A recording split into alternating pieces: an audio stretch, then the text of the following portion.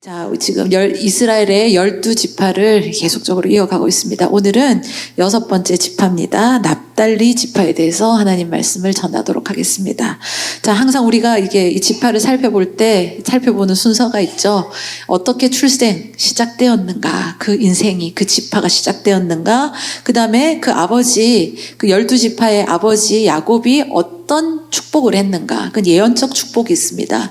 그리고 또 신명기에 가면 모세가 또 이 12지파를 축복하는 장면들이 쭉 나옵니다. 그것도 살펴보고, 그리고 그 대제사장 입는 옷 중에 에봇에 보면 보석이 12개가 달려있는데 그 12개의 보석은 다 각 지파를 이제 상징하는 거거든요. 그러면서 이것을 다 토탈해서 하나님께서 이 지파 가운데 우리에게 말씀하시고자 하는 영적인 교훈이 어떤 것인가를 오늘 한번 또 살펴보도록 하겠습니다. 자, 방금 읽은 이 창세기 30장 7절 8절이 이제 이 납달리가 어떻게 시작되었는지, 납달리 지파가 어떻게 시작되었는지를 보게 하는 겁니다. 보면 야곱에게는 부인이 우리가 알다시피 많았습니다. 몇 명의 부인이 있었습니까? 4명의 부인이 있었다. 예, 결코 부러워할 일 아니다. 남자들, 그죠? 예. 보면 이 한 남자들을 놓고 특히 그 레아와 라헬의 정말 이 치열한, 그죠? 싸움 아닌 싸움이 있습니다. 오늘도 보면 이 라헬과 레아가 그 남편의 사랑을 얻고자, 그죠? 자기에게 마음을 묶어두고자 경쟁을 하는데 이제 어떤 경쟁으로 이어지냐면 아들을 낳는 경쟁으로 이제 갑니다. 그래서 이제 자기들 뿐만이 아니라 나중에는 누구까지 동원하냐면 자기의 몸종이었던 시녀들까지 동원을 해서 아들을 낳는 일에 이제 막 그 힘을 쓰는 것을 우리는 성경을 통해서 지난번에 보았습니다. 그 이제 라헬이 자식을 하나님께서 허락하시지 않았잖아요. 그래서 자기 인간적인 술수, 방법을 써가지고 얻었던 첫 번째 아들이 누구였냐면 단이었습니다. 그런데 오늘 보는 장면에 이 납달리는 그 라헬이 또 그 시녀 비라를 통해서 아들을 낳게 해서 또 한 번 얻게 되는데 그 아들이 누구냐면 납달리라는 것을 알 수가 있어요. 그래서 본문 금방 읽었던 내용을 다시 한번 보면 라헬의 시녀 비라가 다시 임신하여 둘째 아들을 야곱에게 낳음에 라헬이 이르되 내가 언니와 크게 경쟁하여 이겼다 하고 그의 이름을 납달리라 하였더라. 그죠? 그러니까 라헬은 자신의 시녀 빌하를 통해서 아들을 또 낳게 하는데 이제 그 아들이 태어날 때 어떻게 하냐면 진짜 자기가 낳은 것처럼 기뻐합니다. 그러면서 이제 막 뭐라고 얘기하냐면 내가 언니랑 싸워서 언니랑 경쟁해서 내가 이겼다 이렇게 큰 소리로 외쳤다는 거예요. 그래서 납달리의 이 이름의 뜻은 무엇이었냐면 경쟁하다, 그죠? 이게 누구와 씨름하다 이런 의미를 갖고 있다는 겁니다. 치열한 경쟁입니다. 남편 한 사람 두고 너무나도 안타까운 경쟁이죠. 그 여자들이 또 그들은 또 이전에 자매였습니다. 그죠? 그러면서 계속 경쟁하며 그리고 이제 아들이 태어나니까 어떻게 합니까? 자기가 승리를 쟁취한 것처럼 내가 이 형과 이 언니와 싸워서 이겼다 이렇게 얘기합니다. 여러분, 뭔가 경쟁하는 것, 우리가 누구랑 뭐 싸워야 되는 거, 누구랑 겨뤄야 되는 거, 그죠?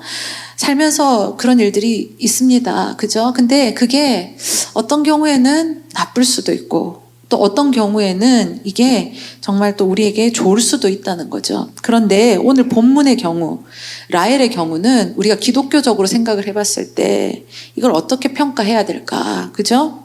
이것은 하나님께서 원하시는 정당하거나 사실상 부정당한 그런 방법을 쓴 거죠. 예, 그죠? 자신의 계획과 그냥 자기 성취하고자 하는 그 목적대로 육신적인 방법을 쓴 것이고, 그죠? 인간적인 계획과 깨를 가지고 아들을 하나를 더 얻었다는 거. 여러분, 이것을 우리가 하나님의 뜻이라고 말을 할 수가 있을까라고 한번 생각을 해보게 된다는 거죠. 근데 물론 이 아들이 태어났지 않습니까? 그렇게 아들을 원했고 아들이 태어났다. 근데 이거는 하나님께서 허용해 주신 거라는 거. 지난번에 단에 대해서 설교할 때도 말씀을 전할 때도 하나님께서 허용해 주신 것이라는 것에 대해서 말씀을 드렸습니다. 보면 신학자들이 이제 하나님의 뜻에 대해서 2가지를 이제 개념을 얘기하는데 뭐냐면 절대적인 하나님의 뜻이 있고 허용적인 하나님의 뜻이 있다는 거예요. 절대적인 하나님의 뜻은 무엇일까요? 하나님께서 원래 의도하시고 하나님께서 계획하시고 하나님께서 주시고자 하는 그것이 절대적인 하나님의 뜻인 것이고, 허용적인 뜻은 이해가 되시죠? 그 이름 안에서도 너무 사람이, 인간이 그것에 대해서 어떻게 합니까? 원하니까, 그걸 바라니까, 그걸 기대하니까 어쩝니까? 이게 원래 하나님의 뜻이 아니지만 하나님께서 그냥 허용해 주시는, 그냥 허락해 주시는 그런 것. 그러니까 이게 결과적으로 볼 때는 그닥 바람직하지가 못하다는 거예요. 성경의 대표적인 예가 뭐냐면, 이스라엘 백성들이요, 이제 하나님께서 그 애굽에서 나오게 하시고 가나안 정복해서 살게 하셨잖아요. 그들이 살면서 살만할 때 뭐 하냐면 주변을 바라보는데 이제 인간적인 시선이 들어간 거예요. 그때 뭘 하냐면 그들은 하나님을 왕으로 모시고 그냥 그 지파별로 잘 살면 됩니다. 그리고 하나님 뜻 가운데 다 레위 지파를 다 심어 놓았잖아요. 그러니까 하나님 말씀 가운데, 예배 가운데 이렇게 살면 되는데, 그들은 뭘 원했냐면 왕을 원하잖아요. 그러니까 주변에 보니까 왕들이 있어서 뭔가 이렇게 앞에서 진두지휘하고 뭔가 전쟁에 나가 싸우고 뭐 판결 내려주고 이런 모습을 보니까 어떻게 하냐, 자기들의 눈에 볼 때 어떠냐, 괜찮아 보였던 거예요. 그래서 사무엘에게 그들이 요구하잖아요. 그죠? 당신은 이제 늙었고 당신의 아들들은 보니까 당신만큼 그렇게 영성 있지 못하다.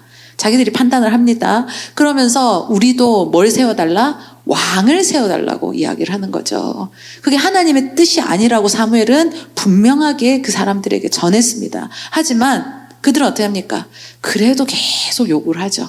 하나님께서 그 장면을 보시면서 어떻게 합니까? 그래, 이것은 진짜 사무엘 너한테 그런 게 아니라 나한테 이렇게 하는 거다. 그러면서 그냥 들어줘라. 근데 결국은 그게 어떻게 됩니까? 왕이 세워지지만, 여러분, 처음 세워진 왕이 누구였습니까? 사울이죠. 성경에 그를 표현할 때 어떻게 됐습니까? 누구보다도 머리가 하나 더 있을 정도로 키가 컸다는 거예요. 예. 뭐 양동일 집사님 좀 컸을라나? 예. 뭐 외모 아니에요. 키 비교하는 거예요. 예. 키고, 여기 얼굴 누구를 대줘야 되지?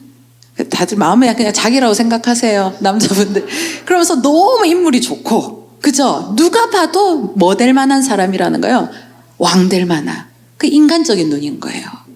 그런데 하나님은 뭘 보시는 겁니까? 중심을 보시지 않습니까? 예. 그러니까 사울이 처음 시작할 때는 참 겸손하고 참 하나님 앞에 순종적인 사람인 것 같지만, 금방 이게 변질돼서 하나님 마음에 합하지 못한 모습이 금세 드러나는 것들을 보게 되잖아요. 그죠? 그러니까 다윗은 하나님께서 어떻게 합니까?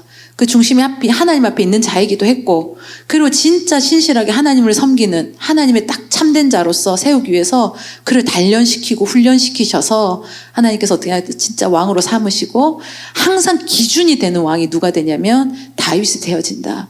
그런데 결론은 나중에는 이 왕들의 왕정 체제가 계속 유지되느냐? 그렇지 못하죠. 깨어지고 갈라지고 북이스라엘 나중에 망하고, 그 뒤에 좀 더 남유단 유지했지만 거기도 망하게 되고, 이게 바로 뭐냐? 하나님의 허용적인 뜻이었다는 거죠. 여러분, 우리가 내 생각대로 성취되는 것이 다 하나님의 뜻이라고 우리가 오해하고 착각할 때가 있어요. 그게 아니라 우리는 진짜 분별하고 깨어 기도해서 하나님의 말씀이 어떤 말씀인지를 제대로 듣는 귀가 열려야 된다는 겁니다. 네, 말씀을 전했는데 엉뚱하게 듣는 사람들을 가끔 볼 때가 있어요. 왜 이 말씀을 이렇게 들었을까? 너무 답답해. 영적으로 코드가 안 맞다는 거죠. 여러분, 내가 하나님께 맞춰줘야 되는 거예요. 하나님을 나한테 맞추는 것이 아니라. 그렇지 않습니까? 우리의 기준은 하나님이십니다. 내가 기준이 아니고 하나님이 기준이라는 걸 분명히 알고 그분께 나를 맞추는, 그분께 나를 맞춰가는 그런 모습이 우리 교회와 가정들 가운데 넘쳐날 수 있기를 축복합니다. 지금 이 상황도, 납달리가 태어나는 이 장면도 하나님께서 이 상황과 환경을 어떻게 하냐? 허용하신 거죠. 하나님의 뜻이 아니라 하나님의 의도하신 하나님의 최선의 계획이 아니었다는 것을 우리는 알 수가 있습니다. 그래서 그 결과가 어떻게 되느냐? 납달리에게 하나님께서 막 전폭적인 그런 뭡니까? 축복이 임했을까? 뭐 결코 임하지 않은 건 아닙니다. 단은 아주 극단적으로 정말 우상숭배하고, 그죠? 그 말씀 들으면서 막 힘드셨던 분들도 많았던 것 같아요. 근데 납달리는 그렇게까지는 가지 않습니다. 오늘 쭉 살펴볼 거지만. 그렇지만 하나님께서 의도하시고 하나님의 계획 가운데 하나님의 선하신 뜻 가운데 나중에 세워지는 사람은 누구란 걸 우리가 알 수 있냐면 바로 요셉이었다는 것을 볼 수가 있다는 거예요. 하나님께서 나중에 누구를 생각해 주시냐면 이 라헬을 생각해 주시는 장면이 나와요. 지금 이거 허락하지 않는 것도 누구의 뜻이냐? 하나님의 뜻인 거예요. 그러면 라헬의 애가 쓰이고 막 가슴이 아프고 쓰라리겠지만 그때는 어떻게 하냐? 묵묵히 그냥 하나님 가운데 있어야 되는 건데 지금 계속 자기가 나서잖아요. 한 번, 두 번 이렇게 막 나서잖아요. 근데 하나님은 라헬을 통해서 주시고자 하는 게 있었다는 거예요. 요셉도 주셨고 나중에 더 나아가서 베냐민까지도 주시는 장면을 우리가 본다는 거죠. 그래서 여러분 사실상 그 12아들 중에 가장 커다란 하나님의 뜻이 머물러 쓰임받았던 사람은 요셉인데 이런 것을 볼 때 우리가요 인간적인 방법 쓴다고 해서 하나님의 뜻이 하나님의 호의가 하나님의 사랑이 우리 가운데 머물 수 있는 것이냐? 그렇지 않다는 거. 우리가 기억해야 될 것은 그분의 뜻 가운데 내가 맞춰지고 그분의 뜻 가운데 움직여야 될 때 움직이고 멈춰야 될 때 멈추는 그런 분별이 있어야 된다는 것을 기억할 수 있기를 바랍니다. 그러니까 하나님 만약에 뜻 가운데 납달리가 태어나야 된다. 하나님 계획 가운데 납달리가 있었다면 하나님께서 어떤 방법을 써서라도 하나님께서 계획하심이 있다면 하나님 그거 반드시 성취시키셨을 거예요. 그런데 이런 관점이 아니라 지금 라헬은 어떻게 합니까? 자기 인간적인 마음, 그 경쟁심, 그죠? 그 시기심, 질투 이런 것들로 인해서 이것이 시작되게 되었고 그런 결과로서 지금 납달리가 세상에 나왔다. 이것을 보게 하시면서 우리가 정말 하나님 뜻 가운데 아름다운 경쟁을 해야지 인간적이고 육신적이고 그죠? 내 욕심적인 것들로 하나님을 그죠? 이용하는 하나님의 이름을 갖다 붙이는 그런 모습은 절대 있어서는 안 된다는 것을 기억하고 살아가는 우리가 될 수 있기를 축복합니다. 여러분 선한 경쟁도 있지 않습니까? 어떤 선한 경쟁을 하면 좋을까요? 아, 내가 진짜 기도 더 열심히 하는 경쟁 해볼 거야. 오늘은 내가 진짜 기도줄을 한번 제대로 한번 붙들어 보리라. 그죠? 근데 그게 하루만 하면 안 돼. 꾸준히 해야 돼요. 예, 꾸준히 우리가 밥 하루만 먹고 뭐 일주일 굶고 이렇게 살아가는 사람들 아니잖아요. 꾸준히 먹고 꾸준히 행동하고 활동해야지 이 건강을 유지할 수 있는 것처럼 영적인 것도 마찬가지예요. 꾸준히 내가 하나님 앞에 기도. 또 어떤 경쟁을 할 수 있겠습니까? 내가 이번에 진짜 영혼을 하나님 마음을 나에게 막 감동을 주셨어. 그래서 나를 하나님께서 구원하신 목적과 이유는 세상 가운데 나를 통해서 하나님을 드러내는 거다. 전도하고 싶다. 그죠? 그런 경쟁을 할 수도 있는 거고. 너 성경을 한번 열심히 이번 한 해는 뭐 읽어보겠다. 그죠? 그런 경쟁을 할 수도 있는 거고. 그런데 반응할 수 있기를 축복합니다. 그런데는 아이고 저 사람 그러나 이렇게 뭐 보기 그냥 무감각하게 보는 것이 아니라 그런데 좀 자극을 받고 선교회들끼리도 저 아름다운 경쟁을 하는 거예요. 내가 더 우리 선교회가 선교하고 전도하고 그죠? 또 우리 가정들도 하나님 말씀 가운데 내가 1등으로 순종할 거야. 뭐 이런 그런 아름다운 경쟁. 그런데 자극받아서 하나님께서 막 부어주시는 은혜, 하나님께서 경험하게 하시는 그 복이 무엇인지를 정말 깊이 깨닫는 우리 모두 될 수 있기를 축복합니다. 자, 야곱은 이제 납달리를 어떻게 축복하고 있는가? 창세기 49장에 보면 1절에 야곱이 그 아들들을 불러 이르되 너희는 모이라. 너희가 후일에 당할 일을 내가 너희에게 이르리라. 이제 야곱이여 하는 이 아들들, 그러니까 이스라엘 사람들은 이제 마지막 때 이제 유언처럼 자녀들을 축복하는데 보면 이게 그냥 단순한 축복이 아니라 예언적인 축복을 담고 있다는 거죠. 그래서 오늘 보면 그 납달리는 어떻게 했냐? 21절에 있습니다. 같이 한번 읽어보겠습니다. 시작. 납달리는 노인 암사슴이라 아름다운 소리를 발하는도다. 아멘. 짧게 한 줄이지만 너무 귀합니다. 뭐냐면 납달리는 노인 암사슴이래요. 자, 자유로운 암사슴을 얘기하는 거예요. 어디에 갇혀 있거나 사육당하고 뭐 이런 암사슴이 아니라 정말 자유롭게 막 들판을 그저 산을 막 뛰어다니는 한번 상상해 보십시오, 여러분. 그런 모습을 볼 때 얼마나 좋지 않겠습니까? 그죠? 동물이 봐도 뭔가 우리에 갇혀있고 뭔가 막 그렇게 짓눌려 있는 그런 모습이 아니라 초원을 막 누리면서 뛰어다니는 암사슴이다. 그러면서 그 뒤에 아름다운 소리를 바라는구나. 이 암사슴이 뛰어다니고 이렇게 하는데 그 장면들도 예쁘지만 그 암사슴 가운데 나오는 소리들이 어떠다는 거예요? 아름답다는 거예요. 그죠? 그러니까 참 좋은 의미로서의 축복인 것 같아요. 자, 보면 우리가 그 누굽니까? 노천명 시인의 모가지가 길어서 슬픈 짐승, 그게 뭐 누굴 얘기하는 거예요? 사슴을 얘기하는 거잖아요. 어떤 시인의 시상으로 떠오를 정도로 사슴은 참 뭔가 아름다운 동물인 것 같긴 합니다. 보면 사슴은 숫사슴이 있을 거고 암사슴이 있을 거잖아요. 근데 오늘 납달리는 암사슴이라고 얘기했다는 거예요.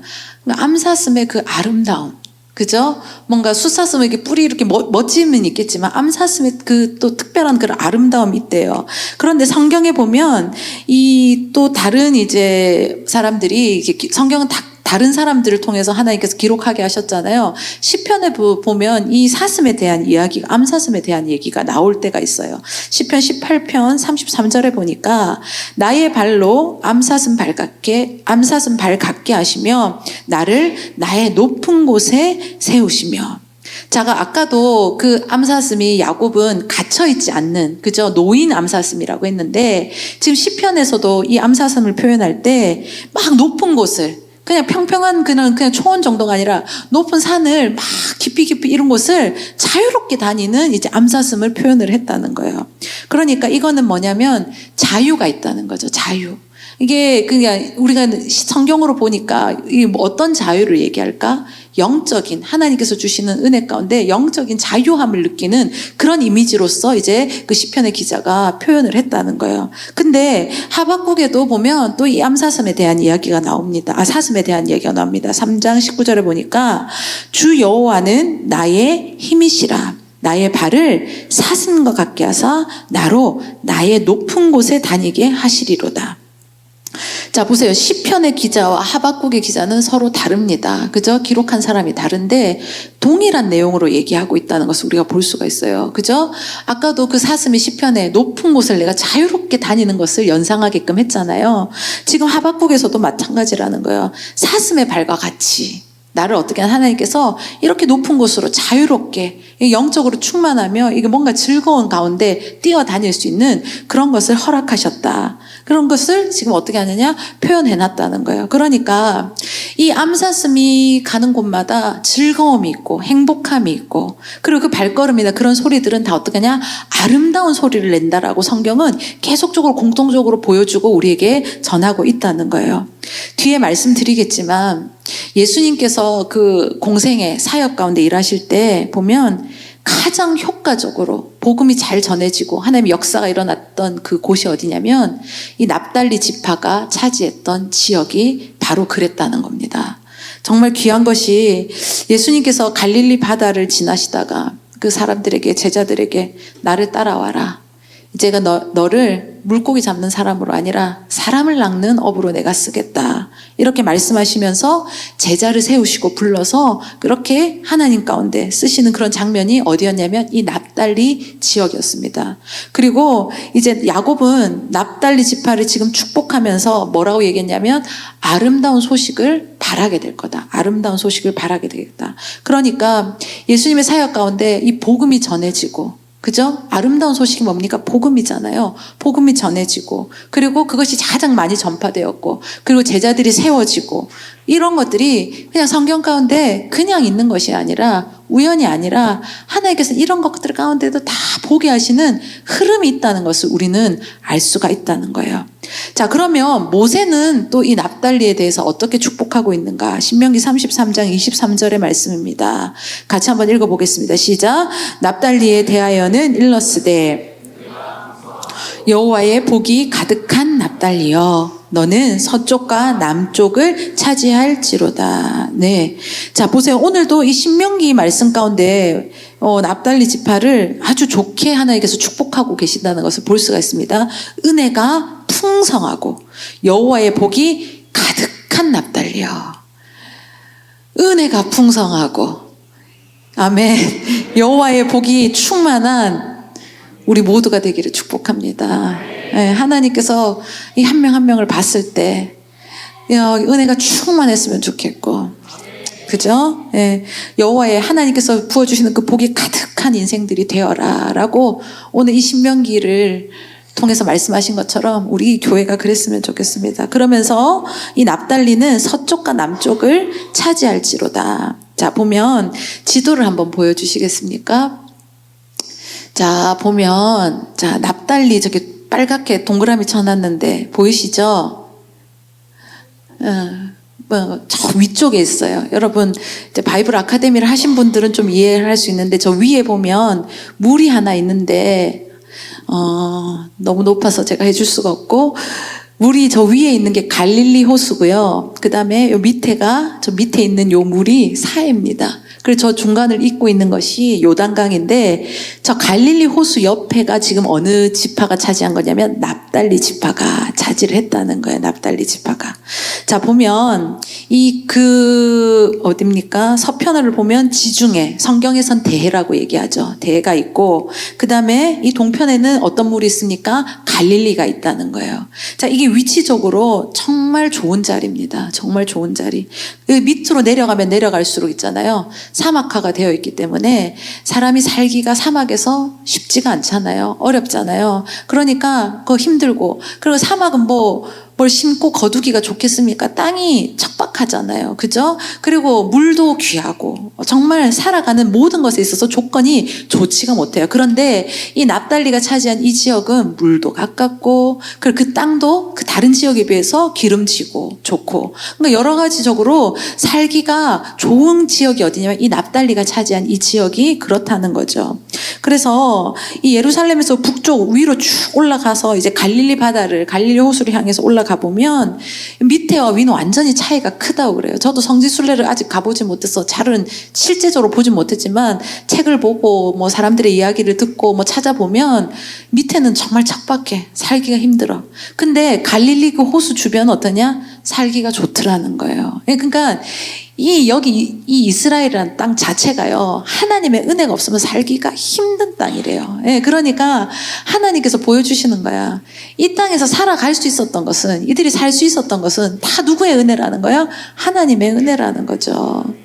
예, 그 조그마한 땅덩이 안에 사막도 있다가 뭐 기온이 하루아침에도 왔다 갔다 할 거 아닙니까? 그죠? 그리고 땅이 막 이렇게 막 황폐하면 뭐 신고 거두기도 힘들으니까 먹고 살기가 힘들었을 것이고, 그죠? 그러니까 떠돌아야 되고, 그죠?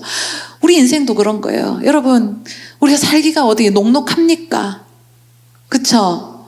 뭔가 대답은 안 하지만 막 느껴지는 게 있어요. 오늘도 지치고 힘들고 애썼을 거예요. 그쵸?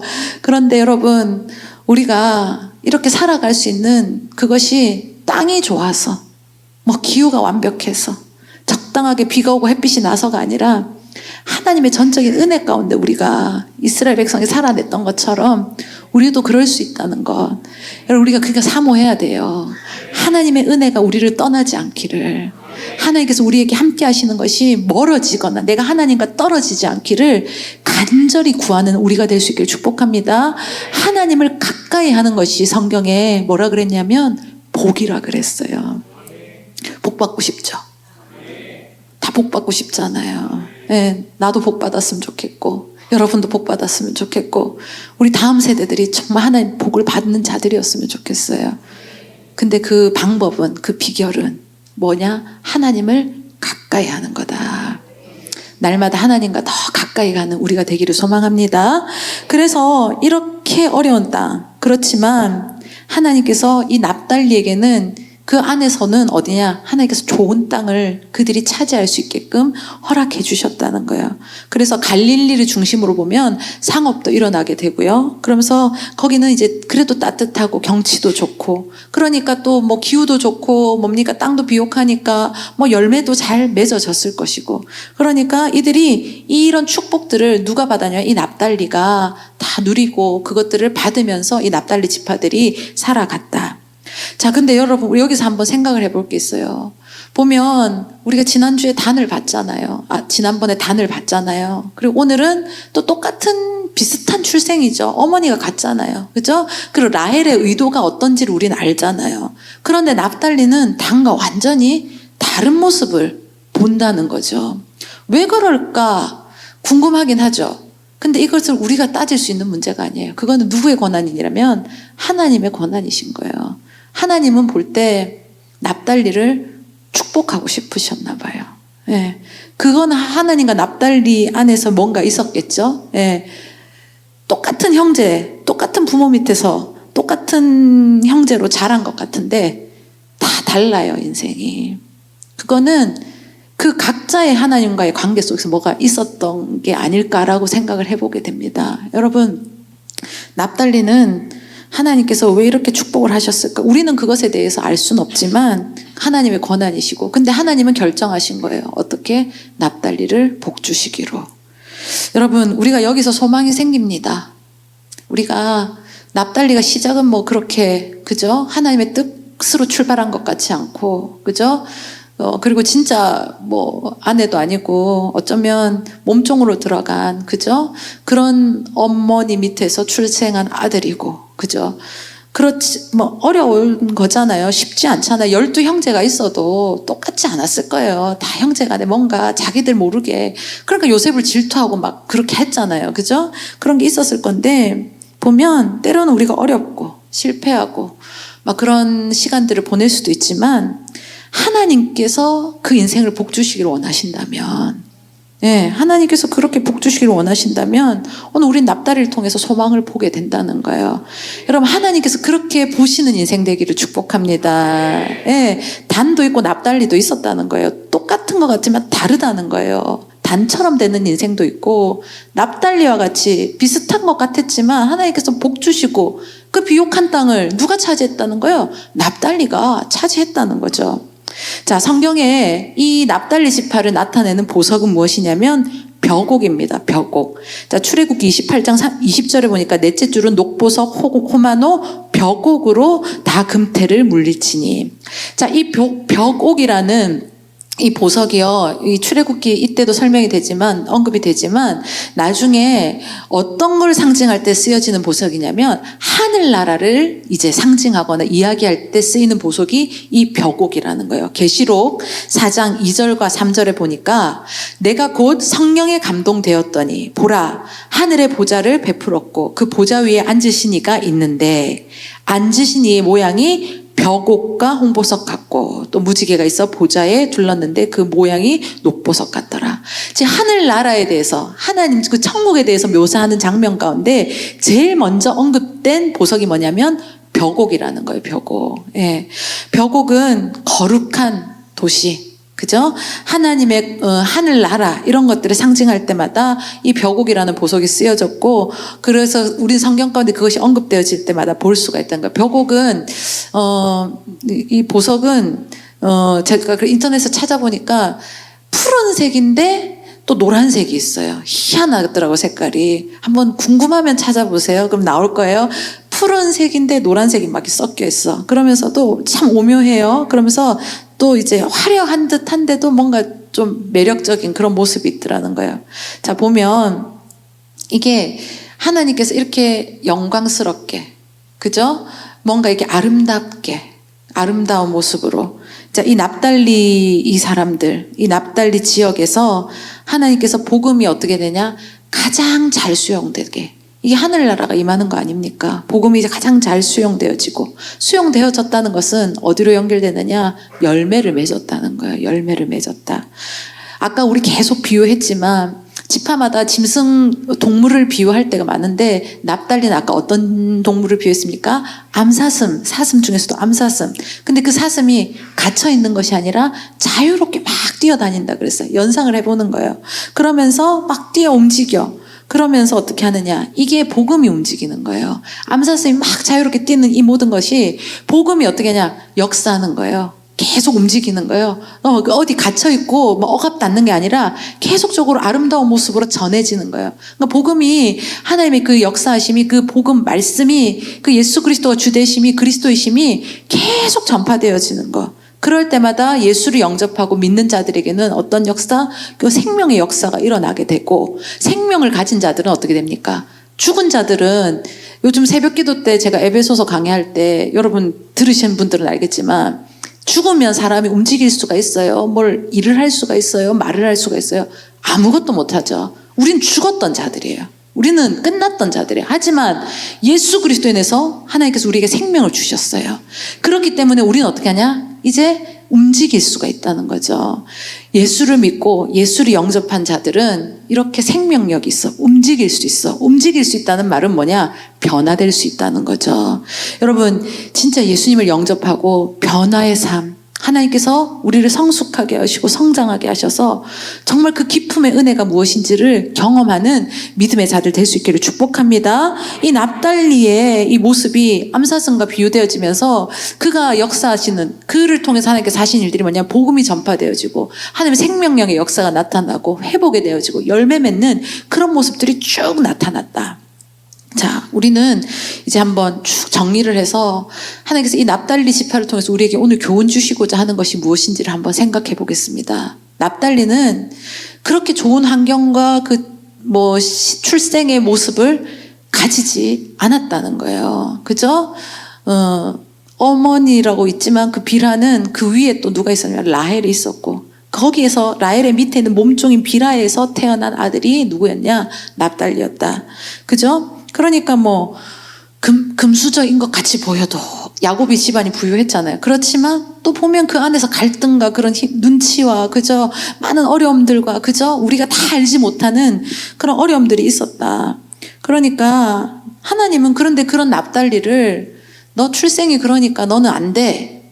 이렇게 하시지 않았다는 거예요. 하나님께서 오히려 어떻게 하셨느냐? 그 납달리를 축복하셨고 그가 있었던 그 지역을 복되게 하시고 하나님께서 그 가운데 열매 맺는 것들을 보여주셨다. 여러분, 우리는 어디 출신이야, 어디 뭐야 이렇게 따지는 거 참 좋아하잖아요. 어디만큼 배웠고 어디만큼 해봤고 경험 얘기하면서 흙수전지 금수전지 막 이런 거 따지고 이런 거 너무 좋아하는데 세상 사람들이 그런 걸 많이 좋아하죠. 그러니까 우리도 어쩌다 보면 그런 걸 막 나도 모르게 같이 영적 생각을 그냥 따라가는 거야. 공유하는 거야. 그런데 그래서 금수저라서 어떡하다는 거예요. 좋다는 거예요. 부럽다는 거예요. 흙수저라서 안 된다는 거예요. 말겠다는 거예요. 근데 오늘 이 말씀을 통해서 출생의 그 시작이 나쁘다고 해서 하나님 반드시 그 인생을 그냥 제외시켜버리고 소외시켜버리고 저주하는 인생이 되지 않는다는 것도 보여주신다는 거죠. 제가 국민학교 시절, 국민학교 아는 분은 알 거고 모르는 분은 모를 텐데 초등학교죠. 제가 국민학교 다닐 때 항상 학교를 우리는 그때 다 걸어 다녔잖아요. 걸어 다니고 걸어오고 학교를 마치고 이제 집으로 돌아오는 길에 보면 제가 부산에 있는 대연초등학교를 제가 졸업했거든요. 근데 그 대연동은 좀 부자 동네예요. 집들이 이렇게 요즘은 해운대가 부자 동네겠지. 근데 그 당시에는 대연동이 좀 부자 동네였는데 보면 집들이 참 좋아요. 근데 우리 집은 그렇게 좋진 않았거든요. 예. 그러면서 저 집엔 누가 살까? 저는 이제 혼자 오면서 생각해 보는 거예요. 어떤 사람이 살고 있을까? 저 집에 사는 가족 식구들의 구성은 어떻게 될까? 내가 혼자 생각해 보는 거예요. 그럼 그 아빠는 뭐를 하는 사람일까? 그럼 걔는 어떤 마음일까? 막 제 혼자 부러워했던 거지. 예, 어린 마음에 저런 집에 사는 사람은 어떻게 살까? 저런 집에 사는 사람은 어떤 부모와 자식으로 살까? 그죠? 뭘 먹고 살까? 그런 생각을 해봤었어요. 여러분, 그냥 우리가 혹시 저 어릴 때 생각이긴 했지만 혹시 요 주변에도 요 근래에도 혹시 그런 생각 해봤습니까? 아휴, 내 남편을 보니 한숨이 나와. 근데 저 집 남편을 보면 저긴 속은 안 썩을 것 같기도 하고 웃으면 뭔가 있다는 건가 안 웃으면 뭐가 없다는 여러분, 내 자식을 보니 속이 문드러져. 근데 저 집 어디 누구는 보면 저 엄마는 속도 안 썩고 참 좋겠다 이런 생각을 혹시 해보십니까? 여러분, 진짜 중요한 것은요, 우리가 어디 출신이고 어디 환경이고 조건이고 여러분 재벌들이 고민이 없을까요? 그들은 그들의 고민이 또 있는 거예요. 똑똑한 사람은 모든 게 막 단번에 해결되고 탁탁 답이 나오는 인생을 살아갈까요? 그렇지 않아요. 그 안에서도 열등감으로 싸우는 사람들을 수없이 본 적이 많아요. 진짜 중요한 것은 내 환경이 어떻고, 내 조건이 어떻고, 내 출생이 어떻고, 여러분, 때론 그게 만족을 줄 수도 있습니다. 그런데 그 만족이 영원하다는 거죠. 어느 정도는 했을 수 있겠죠. 하지만 근데 영원히 만족을 줄 수 있는가? 중요한 것은 우리가 잘 알아야 되는데, 하나님 품 안에 있을 때 우리가 그분의 사랑 안에 거하는 것이 가장 복이라는 것을 기억할 수 있기를 바랍니다. 결론적으로 누구한테 있느냐? 우리의 영이 누구에게 속하여 있느냐? 누구의 그 영을 따라가느냐? 이것 가운데 우리 인생은 정말 잘 살고 못 살고가 결정된다는 것을 오늘 이 납달리를 통해서 우리는 볼 수 있다는 거예요. 구체적인 예로 보면 이스라엘의 두 지역을 우리가 한번 대조해 보면, 우리가 예수님께서 태어나신 곳이 어디입니까? 베들레헴이잖아요. 근데 예수님 태어나시긴 베들레헴에서 태어났지만 성장하신 곳, 예수님께서 많은 시간을 보내고 자란 곳은 어디냐면 나사렛이라는 곳이에요. 우리 성경에 보면 나사렛에서 뭐 선한 것이 나겠어. 나사렛이라는 동네 자체가 그닥 소망도 없는 동네기도 한데 그 사람들의 소망이 없어 보면. 왜 그러냐면 예수님께서요, 이 가장 기적을 많이 행하고 그런 역사들이 일어나고 열매를 맺었던 것이 아까 그 납달리가 있었던 지역이라 그랬잖아요. 근데 반대로 하나님께서 그 예수님을 통해서 나타내는 기적이 거의 보이지 않고 그분의 역사가 나타나지 않은 곳이 어디였냐면 나사렛이었다는 거예요. 성경에 보면 기록이 나와 있습니다. 마태복음 13장 53절에 보니까 예수께서 이 모든 비유를 마치신 후에 그곳을 떠나서 고향으로 돌아가서 그들의 회당에서 가르치시니 그들이 놀라 이르되 이 사람의 이 지혜와 이런 능력이 어디서 났느냐? 이는 그 목수의 아들이 아니냐? 그 어머니는 마리아, 그 형제는 야고보, 요셉, 시몬, 유다라 하지 않느냐? 그 누이들은 다 우리와 함께 있지 아니하냐? 그런즉 이 사람의 이 모든 것이 어디서 났느냐 하고 예수를 어떻게 했답니까? 배척한지라. 이들은 육신의 눈으로만 지금 예수님을 판단하는 거예요. 자기 동네에 살았던 그 아버지가 누군데? 그 목수 있잖아. 그 엄마 이름이 뭔지 알지? 마리아. 그 예수 그 형제들 이름 뭔지 알잖아. 그 누나들 아까 우리랑 같이 있었지 않아? 이렇게 하면서 계속 그런 이야기를, 예수님이 말씀을 전하고 이런 정말 생명의 복음을 전하는데도 그것에 집중하고 그것을 들으려고 하는 것이 아니라 그런 것은 다 닫아버리는 거예요. 육신의 귀만 여는 거예요. 육신의 눈만 여는 거예요. 여러분, 우리는 영적인 귀가 열리고 영적인 눈이 열려야 됩니다. 아멘이십니까? 그러니까 이들은 어떻게 합니까? 예수님이 그들 가운데 왔음에도 불구하고 예수님을 어떻게 하냐? 배척합니다. 57절. 예수께서 그들에게 말씀하시되 선지자가 자기 고향과 자기 집 외에서는 존경을 받지 않음이 없느니라 하시고, 58절. 그들이 믿지 않음으로 말미암아 거기서 많은 능력을 행하지 아니하시니라. 이게 그들의 결론이라는 거예요. 나사렛이 동네가 후져서 하나님 역사하시지 않은 게 아니라는 거예요. 뭡니까? 그들이 예수님으로 받지 않는 거예요. 그리고 그 예수님의 그 말씀이, 예수님을 받지 않으니까 그 말씀이 역사할 리가 없죠. 그러니까 뭐 무슨 믿음의 역사가 일어나겠습니까? 그러니까 거기서는 하나님께서 예수님을 통해서 역사하시고 하자는 그 많은 이적과 계획들이 있었음에도 불구하고 그것들을 나타내시죠. 볼 수 없는. 그러니까 여러분, 우리가 진짜 영적인 눈이 열리고 영적인 귀가 열리고, 그죠? 그런 영적인 입술을 내어 뱉는 그런 믿음의 자가 되어야 된다는 것이 너무나도 중요하다는 것을 오늘 이 장면에서 볼 수가 있다는 거예요. 똑같은 예수님이신데 어디서 능력이 없고 어디서 능력이 있다? 아니잖아요. 예수님은 똑같이 능력이 있으신 분이고 하실 수 있는 분이고 하시는 분이십니다. 그런데 받는 자들이, 그죠?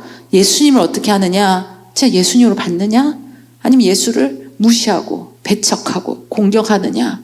이럴 때 역사는 완전히 달라진다는 거예요. 진짜 우리가 하나님을 하나님으로 대접하는 우리 물맷돌 교회 될 수 있길 축복합니다. 가정들도 보면 하나님을 하나님으로 대접하는 가정이 있어요. 아, 그럼 하나님 복이 흘러가시겠구나 하는 마음이 들어요. 예. 제가 목사님이라 제가 뭐 결정하는 게 아니죠. 하나님께서 그 감동을 주시는 거거든. 근데 보면 아, 하나님이 역사하심을 거두겠구나 싶을 때가 있어요. 안타까워요. 정말 영적으로 볼 때 정말 가슴 아파요. 근데 그건 내가 해줄 수 있는 부분이 아니에요. 그러니까 안타깝지. 대신 해줄 수 있으면 대신 해주겠다. 그쵸? 엄마가 아빠가 아들들 딸들 위해서 대신 공부해 주려면 지금은 뭐 머리를 막 잠을 안 자고 해주고 싶을걸? 근데 네가 해야 되는 거거든, 그거는. 그죠? 아무리 좋은 과외생 갖다 붙여줘도 그 수업을 똑바로 듣지 않으면 아무 소용없는 거예요. 안호성 목사님을 붙여줘도 안 되려면 안 되고 되려면 되는 거예요. 네, 되는 가정들 됐으면 좋겠습니다. 이들은 예수님을 기대하지 않았어요. 복음을 거절했어요. 그냥 관찰은 해요. 그런데 육신적인 눈으로, 그죠? 그런 것들을 판단하며 예수님의 신성을 보지 못하는 단순히 저 목수 아들, 그죠? 그렇게만 이해를 했다는 거죠. 예수님에 대한 기대가 없었다. 오늘 이것을 우리에게 적용해 볼 때 우리는 육신의 예수님을 만나지는 못합니다. 하지만 말씀이 육신이 되어서 오신 분이 예수님입니다. 우리에게 말씀으로 역사하시는 거예요.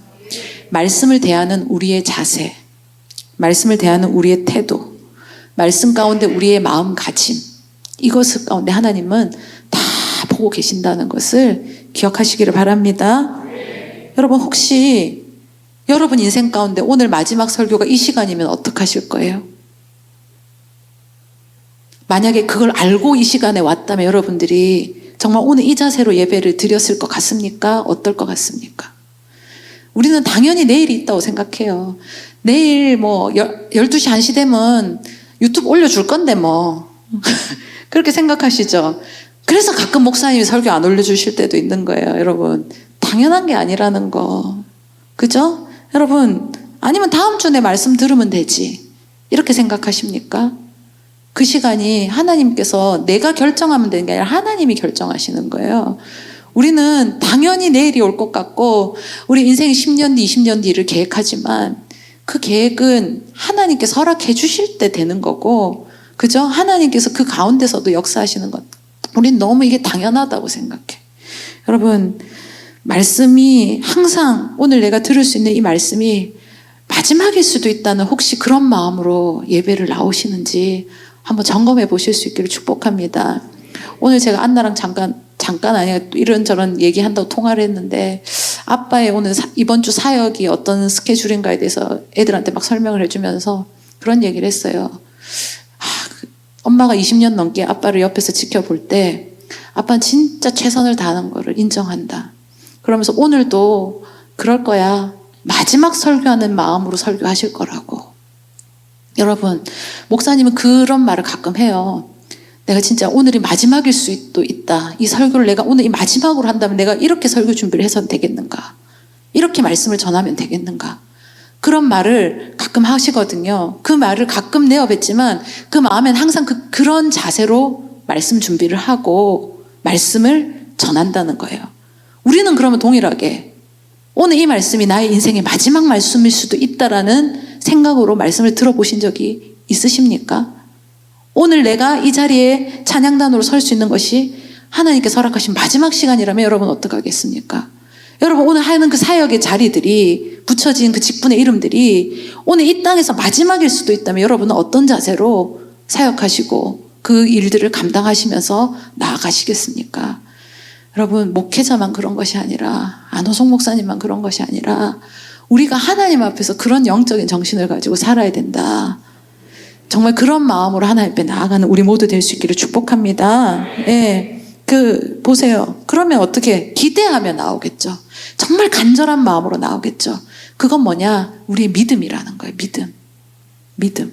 자, 보면 정말 간절하게 하나님 앞에 나온 자가 있습니다. 예수님에서 예수님의 그 역사하신 가운데 그런 장면을 볼 때가 있어요. 사도행전 10장에 보면 베드로와 고넬료가 만나는 장면이 나옵니다. 베드로와 고넬료가 만나는데 이제 그 만남이 이루어지기까지 하나님께서는 베드로에게 꿈으로 나타나셔서 계속 이제 깨우쳐 주시고 알려주시죠. 그러면서 이제 사람들이 찾아옵니다. 베드로를 찾아오고 그 베드로를 모셔서 어디로 가냐면 고넬료랑 만나게 합니다. 그래서 성경이 근데 고넬료에 대해서 설명하는 장면을 우리는 주목해서 봐야 돼요. 사도행전 10장 1절에 보니까 가이사랴에 고넬료라 하는 사람이 있으니 이달리아 부대라 하는 군대의 백부장이라. 2절, 그가 경건하여 온 지방과 더불어 하나님을 경외하며 자, 이리 보세요. 이 한 사람이 참 중요한 거예요. 그가 하나님 앞에 어떻게 하냐? 경건하대요. 그랬더니 자기만 그런 것이 아니라 그 주변까지도 그 하나님의 귀한 은혜의 영향력들을 끼치는 거예요. 그런 영향력이 되는 사람 될 수 있기를 축복합니다. 고넬료와 같이, 그죠? 내 주변의 사람을 생명의 자리로, 빛의 자리로, 그죠? 회복의 자리로 이끄는 그런 인생이 되어야지, 반대로 죽이는 자리로, 그죠? 안 될 자리로 그렇게 이끄는 사람들도 있어요. 항상 존재해요. 그게 안타까운 거지. 근데 고넬료는 그렇지 않았다는 거예요. 그러면서 온 집안과 더불어서 어떻게 하나님을 경외하며 백성을 많이 구제하고 또 어떻게 합니까? 하나님께 항상 기도하더니. 그러니까 꾸준히 기도하는 사람이 누구였다는 거예요? 고넬료였다는 거예요. 자, 그러면서 22절에 보니까 그들이 대답하되 백부장 고넬료는 이제 다른 사람들이 고넬료에 대해서 얘기하는 장면이에요. 의인이요 하나님을 경외하는 사람이라. 유대 온 족속이 칭찬하더니 그가 이렇게 보니까 딱 그냥 누가 봐도 이 사람은 하나님 앞에 신실한 자다. 하나님만 경외하는 자다라고 누구든지 다 그것에 대해서 인정하는 그런 인정을 받는 자가 누구였냐? 고넬료였습니다. 그래서 베드로를 모시고 이제 그 사람들이 고넬료 집으로 갔습니다. 그러면서 고넬료가 이제 누구를 맞아들이냐면 베드로를 맞아들이는 장면을 25절에 보니까요. 마침 베드로가 들어올 때에 고넬료가 맞아 발 앞에 엎드려 절하니 그러면서 26절 베드로가 일으켜 이르되 일어서라 나도 사람이라 하고 자 보니까 고넬료가 막 베드로를 막 항송하게 맞이하는 거예요. 자, 이게 베드로를 막 뭐 이렇게 하는 게 아니라 하나님의 말씀을 전하는 자이기 때문에 귀하게 대접하는 거예요. 그것은 하나님을 그렇게 대접한다는 거죠. 그러면서 27절에 더불어 말하여 들어가 여러 사람이 모인 것을 보고 그러니까 계속 사람들을 어디로 이끄는 거예요? 생명의 자리로. 그죠? 빛의 자리로 계속 이끄는 사람이 누구라는 것을 알 수 있냐면 고넬료라는 걸 볼 수가 있어요. 그러면서 34절에 베드로가 입을 열어 말하되 내가 참으로 하나님은 사람을 외모를 보지 아니하시고 지금 그 전에 꿈꿨던 게 있잖아요. 베드로가 꿈꿨을 때 광주리가 내려오는데 막 더러운 것들, 그러니까 레위기 11장 얘기겠지. 뭐 먹으면 안 되고 뭐 이런 얘기들 그런 것들이 딱 내려. 그러니까 아이고 베드로가 그거 더럽다 하잖아요. 근데 왜 내가 더럽지 않다는 걸 네가 더럽다 하느냐? 하나님께서 그것에 대해서 꾸짖잖아요. 그러니까 아직도 베드로가 이렇게 사도로 뜨겁게 하나님의 말씀 전하는 자로지만 아직 덜 깨우쳐진 거예요. 그러니까 하나님께서 알려주신 거예요. 내가 선하다 하는데 네가 왜 그러니까 사람은 외모로 판단해. 이방인은 안 된다. 그죠? 뭐 하나님의 복의 외인이다 이렇게 생각을 했던 거잖아요. 그랬을 때 35절 각 나라 중 하나님을 경외하며 의를 행하는 사람은 다 받으시는 줄 깨달았도다. 이제 베드로가 깨우친 거야. 유대인이 되는 게 아니고 유대인이라도 하나님 경외할 줄 모르면 안 되는 거고 이방인이라도 안 되는 게 아니라 이방인이라도 된다. 어떻게 하면 하나님을 경외하고 정말 하나님 중심 가운데 그 마음이 있는 사람은 된다. 그걸 알은 거예요. 그러면서 44절 베드로가 이 말을 할 때에 어떻게 합니까? 성령이 말씀 듣는 모든 사람에게 내려오시니. 여러분 사도행전에 우리가 마가의 다락방에서 성령의 역사가 일어난 걸 알지 않습니까? 그게 이제 하나님의 첫 성령의 역사를 보여주신 장면이었지만 오늘 이방인 가운데 첫 성령의 역사가 일어나는 장면이 바로 오늘 이 사도행전 10장이라는 거예요. 거기처럼 뜨겁게 하나님께서 역사하시는 거예요. 뒤에 보니까 45절 베드로와 함께 온 할례 받은 신자들이 이방인들에게도 성령 부어주심으로 말미암아 논란이 완전 사람들이 뒤집어진 거예요. 그러니까 그 영적으로 뒤집어지는 이 장면을 보면서 다 놀라는 거죠. 그러면서 46절 이는 방언을 말하며 하나님 높임을 들음이러라. 그러니까 사도행전 2장에만 일어났던 그 성령의 방언의 역사가 거기만 있는 것이 아니라 여기서도 동일하게 하나님께서 역사하신다. 그러니까 보세요.